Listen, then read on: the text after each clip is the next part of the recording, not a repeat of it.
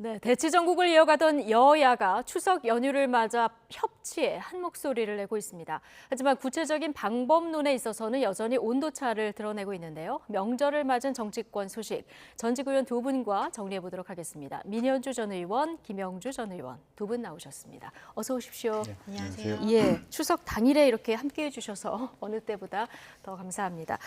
자, 구속 위기를 넘긴 이재명 대표가 오늘 오전에 이재명 대표가 윤석열 대통령에게 회담을 하자 또 이렇게 제안을 했는데요. 주제도 민생으로 하고 조건 없이 회담하자 이렇게 제안을 했는데 어떻게 보셨습니까? 그래서 이재명 대표가 단식에서 이제 나오고요. 회복을 네. 하고 그리고 이제 구속영장 기각도 됐고요. 이 상황에서 첫 메시지가 대통령에 대한 영수회담 제안이라는 건 조금 실망스럽지 않나라는 생각이 들고요. 네. 이재명 대표가 이제까지 본인의 사법 리스크 때문에 사실 민생을 방기했다라는 비판을 많이 받았어요. 특히나 국정감사, 야당의 시간이라고 하는 국정감사를 앞두고 단식에 들어가서 이 모든 것들을 다 이재명을 위한 모든 국회를 방탄으로 만든 것에 대해서 비판을 많이 받았음에도 불구하고 물론 아무리 구속영장이 기각됐다 할지라도 이재명 대표가 지금 낼 수 있는 첫 번째 메시지는 그 구속영장까지 가게 된 그 부분에 대한 국민들에 대한 사과, 유감 표명, 그리고 민주당 내에 지금 많이 일어나고 있는 분란, 불신 이 문제들에 대한 해법의 그 메시지가 나와야 되는 것이 아닌가라는 생각이 네. 들고요.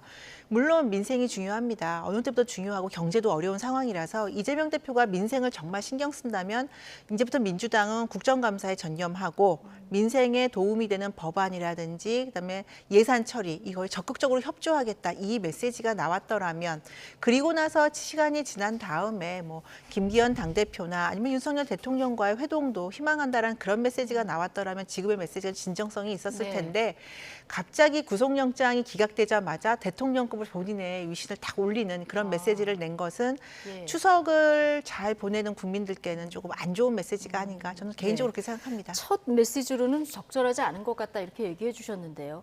김용주 의원님, 네. 지금 말씀하신 대로 추석 당일에 영수회담을 제안한 이 메시지를 낸 시점도 좀 주목이 됩니다. 그래서 이제 뭐 매우 전략적인 고려다 그렇게 봐야 되겠죠. 이제 기각이 됐고 하니까 전체적인 전국의 주도권을 쥐고자 하는 거고요. 어쨌든 대통령께서 한 번도 야당 대표를 만나지 않았고 예. 지난번에 대정부 질의에서 한쪽 이야기에도 질문에 안민석 의원이 했지만 은폐어하다 사법 리스크가 있어서 대통령이 안 만나실 것으로 보고 안 만나신다 이렇게 얘기를 했는데 그럼에도 불구하고 국민들은 그래도 야당 대표를 한번 손잡아 줘야 되지 않느냐 하는 생각을 갖고 있고 계속 그런 부분에 대한 그럼 평생 윤 대통령은 야당 대표를 한번 안 만나고 끝날 것인가 네. 라고 하는 이제 부분에 대해서는 너무 인색하시다라는 여론이 있을 수 있다는 거고 네. 또 하나는 지금 그 3명의 장관 후보 그다음에 현재 지금 우리나라 경제 민생이 굉장히 어렵지 않습니까? 또 법인세 인하로 인해서 세금도 거의 한 50조, 60조 가까이가 안 거치고 있는 상태에서 경기가 굉장히 어려운 상태입니다. 오히려 일본보다 더 어렵다는 얘기가 나오는 시점이기 때문에 더군다나 이제 국감과 이후에는 바로 예산 전국으로 가기 때문에 그런 의미에서 한번 고려해 볼 만한 부분이다. 이제 그런 거고요. 다만 정말로 이재명 대표도 대통령이 만날 거라고 생각하고 던졌을까라고 하는 의문은 있어요. 그러진 본인도 않았을 것이다. 예. 뭐 몇 번이나 제안을 했지만 안 만났기 때문에 나도 자존심 상한다. 다시는 이런 얘기 안 하겠다라고 얘기했음에도 불구하고 다시 그런 얘기를 했는데 네. 그런 것은 그래도 추석 밥상에 대통령이 인색하다라고 하는 말을 꺼내려고 하는 의도가 있지 않냐 그렇게 예. 보여집니다. 성사될 거라 생각해서 영수회담을 제안했다기보다는 추석 밥상 민심을 좀 고려한 그 어떤 제안 아니었겠느냐 이렇게 해석을 해주셨는데요. 어쨌든 오늘 대통령실에서 나온 입장을 보면 뭐 그동안의 기조 달라진 것이 없다. 보면은 뭐 영수회담을 받아들일 분위기는 아닌 것 같고요. 그러나 한편에서 또 말씀하신 것처럼 국정 현안이 너무 지금 이걸 풀기 위해서라도 야당 대표와 한번 만나보는 건 어떻겠냐 이런 지적이 그 야당 중심으로 좀 나오는데요. 이 어떻게 보십니까? 뭐 대통령과 야당 대표가 만나는 거는 뭐 어느 정부에서 다 있었던 네. 일이고요. 뭐 한 번 아니라 여러 번도 만날 수 있겠죠. 다만 이번 윤석열 정부 들어서 이재명 대표의 그 야당 대표로서의 특수성이라는 거는 저희가 부정할 수 없죠. 뭐 여러 번 말씀드리지만 사법 리스크가 있고요. 이번에 구속영장이 기각됐음에도 불구하고 기각된 사유를 보면 상당 부분의 혐의가 소명된 부분도 있었고요. 증거 인멸이라는 그런 그 문구도 있었고요. 그래서 일단 기소 후에 재판이 진행될 것이다라는 게 지금 정가에 있는 그리고 전문가들의 식견 아니겠습니까? 이런 것들을 본다면 사실은 대통령 입장에서 이재명 당대표를 야당의 제1야당의 대표로서 만나는 것이 쉬운 결정은 아닐 것이다라고 네. 보여집니다. 그러니까 국민들의 상당 부분은 이재명 대표가 왜 이번에 구속영장이 기각됐는가에 대해서 여전히 의문을 가지고 있는 만큼 이 부분에 대해서 대통령이 직접 만났을 경우에 뭐 예전에 홍준표 대구시장도 언급했지만 대통령이 이재명 대표에 대한 약간 면죄부를 주는 것이 아니냐 이런 메시지가 잘못된 메시지가 나갈 수 있기 때문에 이 부분은 신중할 필요가 있고요. 그래서 전에도 김기현 당대표가 먼저 우리 만나자라고 네. 했는데 이재명 당대표가 그 당시에 어떤 메시지를 냈냐 그러면 우리 TV 토론하자 그랬었어요. 예. 이게 무슨 대선도 아니고요. 두 당의 여야 당대표들이 TV 토론을 통해서 만나는 경우는 없거든요. 이런 것도 있고 또 법안이라든지 예산이 중요하다고 하면 원내대표와의 회동도 고려했었는데 그거는 또 그 당시에 박광원 원내대표가 거부했었습니다. 예. 이런 점들을 본다면 민주당 내부의 지도부들도 과연 대통령과의 만남, 영수회담이란 거의 진정성이 어디에 있는가를 먼저 좀 생각해 볼 필요가 있고 네. 일단 그 진정성이 있다고 보여주시려면 아까 말씀드린 대로 법안이라든지 연말에 있을 예산 심의 이런 부분에서 어느 정도 적극적으로 나서서 협조해 주느냐 이거에 따라서 영수회담의 가능성도 저는 사실은 아주 닫혀 있는 건 아니라고 생각합니다. 법안 심사나 예산 심의에 조금 적극적으로 협조를 해준다면 네. 영수회담이 성사될 가능성도 있다 이렇게 보시는 저는 거예요? 아주 닫혀 있는 건 아니라고 아주 닫혀 있는 건 생각합니다. 아니다. 네. 예. 자, 여당에서는 김기현 대표하고 먼저 만나라 이런 얘긴데요. 어떻게 보십니까? 그러니까 실질적으로 보면 뭐 영수회담은 과거식의 표현이다. 뭐 총재라는 시점에. 그런데 실제적으로는 영수회담이란 용어는 적절하지 못할 수 있지만 네. 실제로 그 국민의힘 속에서의 대통령의 역할과 위치가 완전히 배제돼 있는 게 아니고 지난번에도 연찬에 참석했지 않았습니까? 심지어는 뭐 연찬에 토론하다가 대통령이 오신다 하니까 토론 중지하고 다 모였다고 하는 정도인데 실제적으로 총재나 마찬가지고 실제로 그런 의미에서 김기현 대표가 얼마나 실권을 갖고 있는가라고 하는 측면에서 본다라면 이재명 대표가 굳이 김기현 대표를 만나서 어떤 전국 현안을 논의하는 것 자체가 어떤 플러스 요인이 있나 이제 그런 생각이 들고요. 물론 만나는 거는 안 만나는 것보다 좋다라고 봅니다. 예. 그러나 이재명 대표 자체가 대통령하고 만나자라고 하는 것이 의미가 있지. 뭐 당연히 만날게라고 할 수 있는 분한테 만나자고 하는 게 의미가 있나 이제 그런 생각이 들어요. 네. 그럼 여당에서 지금 김기현 대표와 먼저 만나라 이런 얘기를 하니까 이재명 대표 단식 때 좀 김기현 대표가 찾아갔으면 어땠을까 뭐 이런 지적을 하시는 분들도 있던데요. 이 의견은 어떻게 보십니까? 뭐 그런 점들에 대해서는 뭐 지나간 다음에 아쉬운 거 뭐 이야기해봤자 별로 의미는 없는 것 같고요. 이재명 대표가 단식 투쟁한 건 제가 이 자리에서 여러 번 우리 김정한 앵커도 얘기했던 걸로 기억하는데요. 그 단식의 목적이 무엇이었느냐? 이재명 대표가 정말 구국의 신념으로 단식을 한 것이냐? 아니면 어떤 뭐 굉장히 취약계층이라든지 법안을 예산을 위해서 투쟁의 의미로 단식을 했었느냐? 그것이 아니라 본인의 안위를 위한 단식이 아니었느냐는 거죠.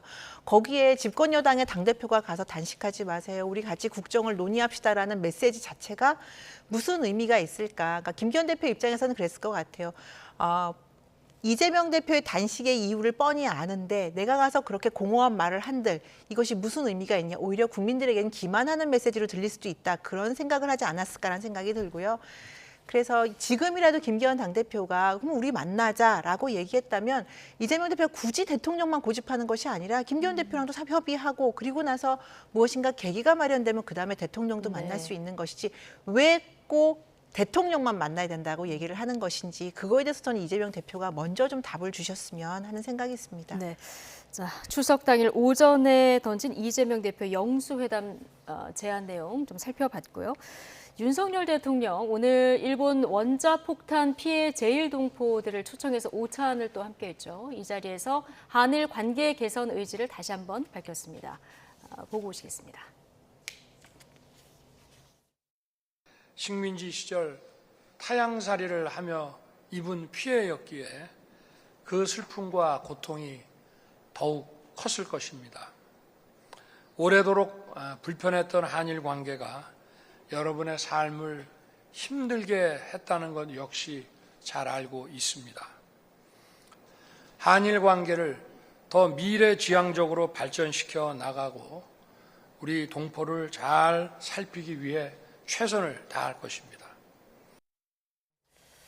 자, 지난 5월에 일본에서 열린 G7 정상회의 참석을 계기로 원폭 피해 동포들을 만난 적이 있었는데요. 고국으로 초청하겠다 당시 이 얘기를 했는데 이 추석 명절 연휴에 당일에 이 약속을 지킨 거예요. 어떻게 네. 보셨습니까? 뭐 그동안에 뭐 수많은 정권에서 이 원팩 피해자들, 즉 일본에만 있는 것도 아니고 사실은 우리나라 경북이나 우리나라에도 그런 피해자들이 계십니다. 또 제가 17대 의원인데 17대도 태평양 말하자면 전쟁 유족 피해자들도 많이 있었지만 그때 당시에도 못 만난 게 실제로 예산 수반하는 민원일 수 있다. 그 피해에 대하여. 그래서 사실은 이루어지지 못했는데 대통령께서 그동안의 어떤 그분의 한들을 풀어준다는 의미에서는 상당히 의미가 있고 뜻깊은 그런 만남이 아니었가 그렇게 생각이 들고요. 아마 저런 분들, 저 오늘 초청받은 분들도 다시 한번 우리를 버린 것 같은 고국에 다시 돌아와서 따뜻한 마음을 가졌을 거라고 생각하는데 단 이제 제가 사족을 드리고 싶은 것은 최근에 이제 홍범도 장군 뭐 그런 부분이 있었습니다만은 과연 주중동포, 주러동포 이런 분들에 대한 정도의 균형 감각은 지켜줬으면 좋겠다. 꼭 오늘이 아니더라도. 그러니까 한일 관계 개선을 하기 때문에 사실은 괜히 이제 중국에 있는 동포들은 무슨 이념적으로 다른 뭐 그런 어떤 잣대를 들이댈 수 있는 것처럼 보여서 저게 마음껏 우리가 잘했다 이렇게 얘기하면서도 좀 모자람이 느껴지는 부분이 그런 부분이 있기 때문에 향후 시간을 가지고 우리나라에 들어와 계시는 안산에 계시는 또 경북에 계시는 산림 동포들도 있거든요. 그래서 더군다나 뭐 위안부 할머니도 계시고 조금 그런 식민지 해방 운동을 하면서 흩어져 왔던 동포들을 다 같이 균형 있게 품어주셨으면 하는 바람을 전하고 싶습니다. 의미 있는 행보였지만 어떤 주중동포 등과의 균형 감각을 좀 지켜줬으면 좋겠다 이런 바람을 좀 말씀해 주셨는데요. 이 의견에 대해서는 어떤 의견이십니까? 그거는 좀 진행하면서 일단은 이제 지금 원폭 피해자 분들 먼저 이제 위로 차원에서 만난 거고요. 그건 이제 진행을 되면서 얼마든지 저는 할 수 있는 부분이라고 생각하고요. 오늘 이 이제 원폭 피해자 분들을 만난 부분은 사실 지난 오랜 시간 동안 국적과 상관없이 정말 고통받아왔던 분들이고요. 특히나 일본과의 우리나라 관계가 악화될수록 이분들은 더 목소리도 내지 못하고 일본 정부로부터 받아야 되는 배상이라든지 이런 도움조차 받지 못하고 숨어 살았다는 그 말씀들을 많이 하시지 않습니까? 그러니까 이 한일 관계가 개선되는 차원에서 대통령 입장에서는 이런 분들을 일본 정부에게 목소리를 낼 수 있는 계기가 됐으니까 앞으로는 소외당하지 않도록 그리고 정당한 피해 보상이라든지 이런 돌봄을 받을 수 있는 조치를 취해가겠다고 하는 이런 부분이기 때문에 저는 오늘의 이런 문제는 추석을 앞두고 저는 굉장히 화합 차원에서 그리고 한국 밖에서 거주하는 분들이든지 역사에 희생이 되셨던 분들에 대한 보듬는 차원에서는 굉장히 의미 있는 행보였다고 생각을 하고요. 김영주 전 의원님 말씀하신 그 부분은 뭐 한중, 뭐 한러 관계와 상관없이 우리 동포를 돌보는 차원에서는 충분히 저는 고려해 볼 수 있는 상황이라고 생각합니다. 네. 자, 오늘 오찬에서 일본과의 관계 개선 윤석열 대통령 다시 한번 강조를 했는데 일본이 다음 달 5일에 후쿠시마 오염수 2차 방류를 또 시작합니다.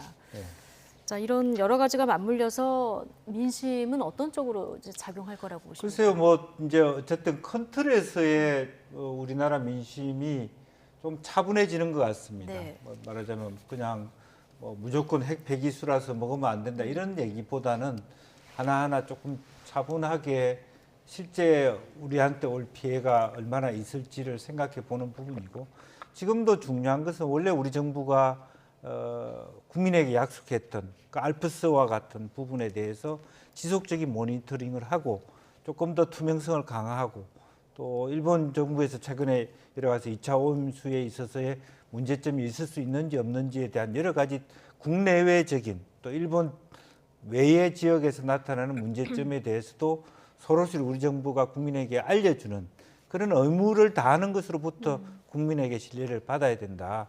그렇게 하면 그전보다는 좀 더 차분하게 이 문제를 헤쳐나갈 수 있지 않을까 그렇게 생각이 예, 듭니다. 그 전보다는 좀 차분해졌다라고 평가를 해주셨는데 미른주 의원님. 네, 저도 동의하고요. 그러니까 처음에 굉장히 요란스럽고 굉장히 위기를 조장했던 거에 비해서는 굉장히 차분한 분위기로 돌아섰고 국민들께서도 실제로 이제 그러니까 여러 가지 정보나 언론 보도를 통해서도 객관적인 것들을 이제 접하게 되면서 이게 우리가 생각했던 것보다는 굉장히 상황이 완화됐고 그러니까 안전한 상황으로 흘러가고 있구나라고 믿으시는 것 같아요. 신뢰가 좀 쌓여지는 것 같고요.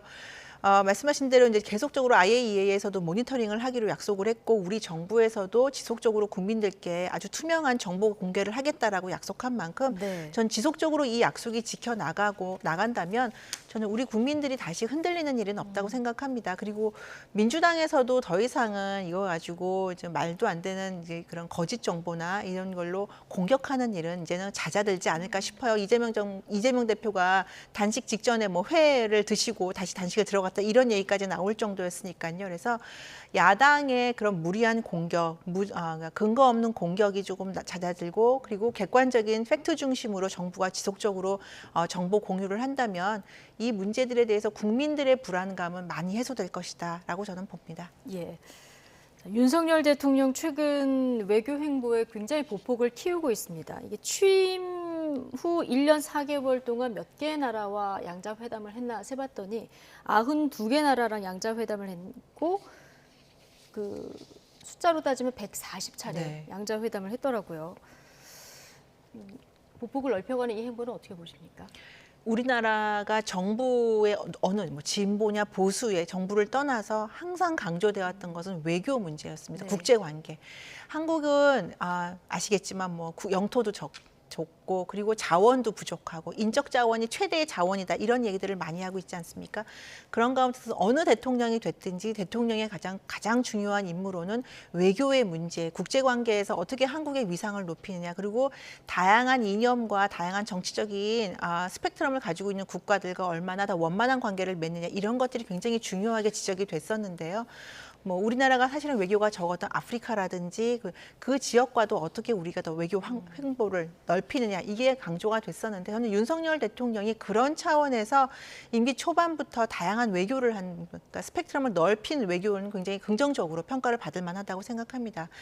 문재인 정부 시절에 문제가 됐던 부분이 우리의 전통적인 우방이라고 했던 미국과의 관계가 좀 껄끄러워졌던 것이고요. 일본과의 관계는 최악의 상황으로 치닫지 예. 않았습니까?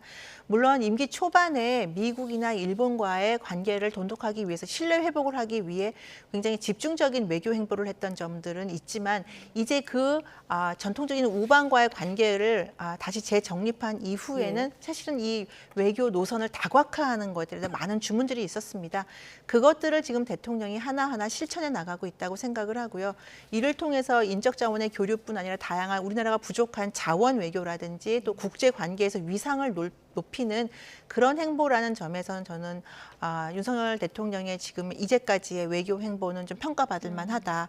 앞으로 이제 우리가 숙제로 갖는다면 여기서 어떤 실익을 가져올 것이냐. 그러니까 우리가 외국에 투자한 만큼 외국으로부터 우리도 많은 것들을 얻어오는 것, 그 성과를 대통령이 이제 하나하나 국민들께 보여준다면 지금의 다양한 굉장히 광폭 행보를 보이고 있다라는 점들은 더 높이 평가받을 수 있지 않나 생각합니다. 앞으로는 실질적인 성과물이 좀 중요하다는 네. 지적도 해주셨는데 최근에 유엔 총회 참석차 순방길에 나서서는 40여 개국 정상들하고 만났는데 자, 이 부분은 특히 부산 엑스포 유치를 그렇습니다. 위한 데 이제 예. 방점이 찍혀 있었어요. 그래서 막바지 지금 이제 11월인가요? 뭐 투표가 되고 만약에 결선 투표까지 갈 수 있는 기회가 된다면 우리가 해볼 유치할 만한. 수 있는 예. 그런 부분들이 있기 때문에 최선을 다하는 건 아마 당연한 것 같고요. 또 그렇게 많은 국가들과 여러 차례 그 뭐 1대1 외교를 했다라고 네. 하는 것은 그만큼 우리나라의 위상이 올라갔다는 것을 반증하는 것이기 때문에 좋은 소식이라고 봅니다. 다만 구조적으로 우리나라 외교력이라고 하는 부분은 조금 뜯어 고칠 필요가 있습니다. 네. 대사의 임기가 2년 반밖에 안 됩니다. IMF 이후에. 그래서 다른 나라 외교의 대사들은 4년, 5년씩을 하면서 정말 외교다운 외교를 예. 하고 있거든요. 그래서 실제적으로 대통령이 혼자서 열심히 분주하게 뛰는 그런 건 못지않게 실제로 그 일본과 비교해 봤더라 일본의 외교력은 엄청나거든요. 미국에서의 일본의 외교력. 그러니까 실제적으로 밑에 있는 기업들이나 그런 것들을 포함하는 그런 외교력이 있었으면 좋겠다. 조금 더 구조적으로 예. 깊이 들어갔으면 좋겠고 이제 지금 현재 국내의 경제가 어렵다 보니까 대통령이 생각하시는 다른 나라의 EDCF 자금이라든지 공유하는 것이 굉장히 적절함에도 불구하고 한편으로는 조심스러운 것은 대통령이 국내가 지금 여러 가지 해결되지 않은 게 많은데 밖으로만 쏟아지냐 혹은 돈을 아까운 세금을 밖으로만 주냐 이런 그 델리케이트한 문제의식이 생기지 않도록 조금 더 국내 기업들이 외국에서 미국이든 뭐 중국이든 조금 더 안전하게 사업할 수 있는데 아까 말씀 나온 대로 이 외교적 결실들이 만들어져야만 그렇게 많은 외교를 한 것이 의미가 있다라는 결론을 네. 얻어낼 수 있다는 말씀. 외교력의 구조적인 문제까지 좀 지적을 해주셨습니다. 자, 추석 민심을 좀 볼 텐데요. 오늘 뭐 가족 친지 여러분들 좀 만나고 오셨을 테니까요. 추석 연휴 딱 하루 전날 이재명 대표의 구속영장이 기각이 됐습니다. 뭐 여야 표정이 완전히 상반됐었는데 좀 만나고 오신 분들 이야기를 들어보시면 어떻습니까? 가족들하고는 정치 얘기는 안 했고요. 네. 이제 네. 지역구에서 주민들께 추석 전날까지 이제 인사를 그 거리 인사까지 포함해서 이제 인사를 네. 드렸는데요. 뭐 당연히 국민의힘을 아주 강력하게 지지하는 분들은 많이 분노를 표출하셨어요. 왜 이재명 대표가 구속이 안 됐느냐, 이 구속영장 기각된 거 문제 있는 거 아니냐, 이제 이런 예. 여론들도 있으셨고요. 무관심한 분들도 있었는데 이제 대체적으로 보수 정당을 지지하는 국민들의 여론은 그것 같아요. 분명히 영장 판사의 그 진술을 보면 뭐 증거를 인멸한 혐의라든지 그다음에 많은 범죄 혐의가 소명됐다 이런 문구가 있음에도 불구하고 어떻게 영장이 기각이 됐느냐, 이렇게 야당 대표가 바로 서지 않은 상황에서 어떻게 야당과 협치를 하고 이렇게 어려운 경제를 되살릴 수 있겠느냐, 이런 근심 어린 걱정들이 많았던 것 같습니다. 그리고 또 한쪽에서는 정치엔 조금 거리를 두시는 시민들 같은 경우에는 경제의 어려움, 민생의 네. 어려움, 그러니까 삶의 어려움에 대해서 토로하시는 분들이 많았고요. 특히 코로나 때는 그래도 많은 지원금들이라든지 뭐 일반 주민들에게나 아니면 자영업자들에게 지원금이나 이런 것들이 네. 혜택이 좀 있었지만 코로나 이후에 오히려 자영업자 중심으로 굉장히 삶이 팍팍해졌다, 이런 점에 대해서 걱정을 하시는 분들이 계셔서 예. 좀 많이 안타까웠던 점이 있습니다. 네. 김영주 전 의원께서도 가족들, 네. 친지들 모이면 정치 얘기 안 하십니까? 정치 얘기 안 하죠. 싸웁니까? 정치 얘기는 일 이야기이지. 네. 싸우지도 않고 뭐 정말 오늘도 이렇게 가족 모임에 있어서 그냥 다들 어르신들이 하신 말씀이 건강하라. 네. 이제 그런 부분 서로 건강하고 각자 위치에서 뭐 예. 젊은이들도 어려우니까 잘 살아라. 이제 이런 얘기, 정치 얘기는 거의 하지 않은 상태인데 지금 분위기는 아마 어쨌든 이게 기각이라고 하는 것이 무죄를 의미하는 것이 아님에도 불구하고 좀 보수 진영을 지지하는 분들은 약간 풀이 주고 있는 것 같더라고요.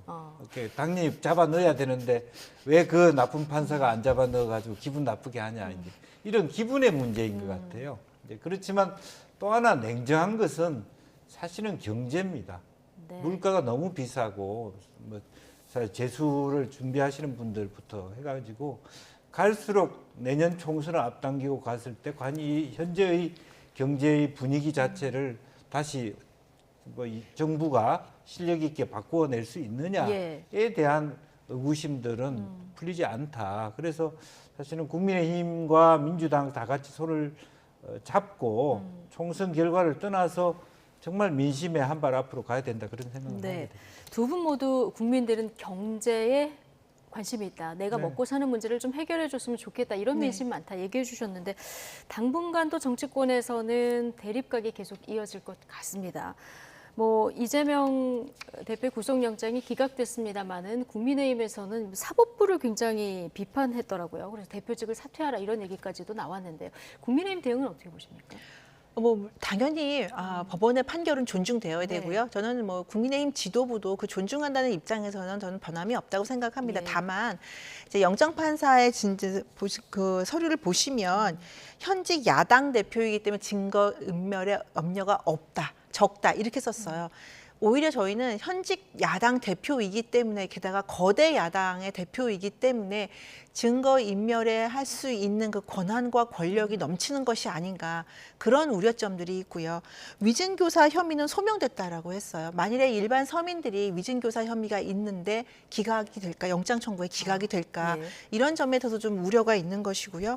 아까도 말씀드렸지만 서민들의 입장에서 일반 시민들의 국민의 입장에서 이것을 봤을 때 이재명 당대표의 영장 청구 기각이란 사유가 같이 등치돼서 본다면 이것이 합당한 것인가 이런 차원에서의 문제 제기인 것이지 저는 법원의 결정에 대해서 뭐 전적으로 반박한다거나 또는 비판하는 입장은 아니라고 생각을 네. 합니다. 그리고 국민들도 그거는 마찬가지 입장들을 많이 피력하고 계시고요. 예. 조금 전에 이제 여당 지지자들이 좀 풀이 죽어 있었다. 자, 이런 얘기를 해주셨는데, 근데 이게 여당의 단기적으로는 악재인데 장기적으로는 이재명 대표 영장 기각이 뭐 여당이 꼭 불리한 것만은 아니다. 이런 해석도 또 나오더라고요. 네. 또 어떤 면에서 그렇습니까? 아니 뭐 이재명 대표가 계속 있는 것이 사법 리스크가 해소 안 된 상태로 오래 가는 거고 네, 어차피 법원에서 당내 재판을 받아야 되기 분란이 때문에. 계속적으로 유지된다는 거 아니겠습니까? 예. 그럼 당내 어떤 총선 앞두고 공천권을 계속 쥐려고 할 때 계속적으로 분란이 되고 그러면 이제 야당이 자멸하는 그런 결과들이 있는 것이죠. 아예 이게 기각이 되지 않고 실제적으로 뭐 그 만약에 구속이 됐으면 아무래도 뭐 옥중 공천을 한다 하더라도 그것은 실제로 들어가서는 그렇지 안 될 네. 가능성도 많아지는데 이제 오히려 기각이 되면서 이재명 대표가 더 막 그 힘을 가지고 당에서 이렇게 했을 때 비명계하고의 갈등이 더 노골화될 수 있고 그러면 반사 이익을 얻을 수 있다는 건데 국민의힘은 이 생각부터 버려야 될 것 같습니다. 이재명이 있으면 국민의힘이 이긴다라는 아주 잘못된 생각. 저는 왜냐하면 왜 잘못된 생각이냐면 이제는 우리 국민들이요. 예. 이재명 대표 문제를 생각하지 않습니다. 오롯이 지금부터의 문제는 여당이 얼마나 잘하느냐, 얼마나 책임 있게 하느냐의 문제를 더 많이 볼 수밖에 없기 때문에요. 이재명 대표가 어떻다 이렇다는 것이 예. 과연 총선에 국민의힘에게 반사 이득을 줄 가능성은 영향은 있겠지만 국민은 그렇게 생각하지 않는다는 걸 좀 깊이 인식할 필요 있다 그렇게 봅니다. 여당은 이제 이재명 대표가 좀 무관하게 여당의 정치를 좀 해야 된다는 네. 말씀으로 제가 이해가 되고요. 자, 근데 오늘 이재명 대표가 영수회담도 제안을 하고 어제는 또 정부회담을 비판하고 네. 이런 목소리를 낸 반면에 지금 민주당은 박광원 원내대표, 송갑석 최고위원, 비명계 의원들 좀 나갔고 지금 지도부가 지금 친명체제로 재편되는 상황이라서 당을 통합으로 이끌 것인지 아니면 지금 일각에서 나오는 것처럼 정말 외상값을 치르게 할지 네. 이걸 지켜봐야 되는데 이재명 대표 앞으로 어떤 선택을 해서 당을 이끌어갈 거라고 보십니까? 마지막 질문 드리겠습니다. 저는 거의 이재명 대표, 민주당이 예. 이제 이재명 대표의 완전체가 되는 것이 아니냐, 이재명 체제에. 네. 저는 이재명 대표 이 표결을 자유표결을 했는데 왜 박광원 원내대표가 그날 밤에 바로 이렇게 전격 사퇴를 해가는지 다른 지도부들도 다 사퇴하지 않았습니까? 이런 점도 이해가 납득이 안 되고요. 이재명 대표가 사실은 이 단식 와중에 표결 본회의 직전에 메시지를 내지 않았습니까? 예. 부결시켜달라. 대놓고 얘기를 했죠. 그 정도로 간절했던 거죠. 그리고 위기의식도 있었는데. 근데 민주당에서는 가결을 시킨, 민주당이 한 30여 명이라고 추정이 되는데 이제 가결을 시킨 거고요. 저는 그래서 아까 김 전 의원님은 이제 반사 이익을 노릴 필요는 없다라고 하지만 반사 이익과 상관없이 민주당의 분열은 가속화될 수도 있다. 이재명 대표는 본인 이재명 체제의 완전체를 이루기 위해서 예. 지금의 친명 체제의 원내 지도부까지 이제 뽑은 상황에서 계속적으로 이제 공천이라든지 아니면 당 지도부 메시지를 갖다 장악해 나갈 것인데 이 30여 명이 되는 민주당 의원들이 과연 침묵할 것이냐. 말씀하신 대로 외상값도 받아야 되고 색출도 하게 된다면 이 많은 리스크를 지닌 본회의에서 가결표를 던질 만큼 결기가 있었던 이 30여 명의 민주당 의원들이 앞으로 앞으로 행보 이분들에 따라서 민주당이 어떻게 총선 전략을 짤 것인지 아니면 지금 당장은 국정감사, 국정조사 때도 어떤 위치를 차지할 것인지에 따라서 민주당의 미래가 조금 달라지지 않을까 싶습니다. 네, 여에서 보는 상대당에 대한 어떤 전망 들어봤고요. 아마 가시는 길에 오늘 자정쯤에 가장 둥글고 환한 보름달 보실 수 있다고 하니까 소원 꼭 빌고 가시기 바라겠습니다. 민현주 전 의원, 김영주 전 의원 두 분과 함께했습니다. 고맙습니다.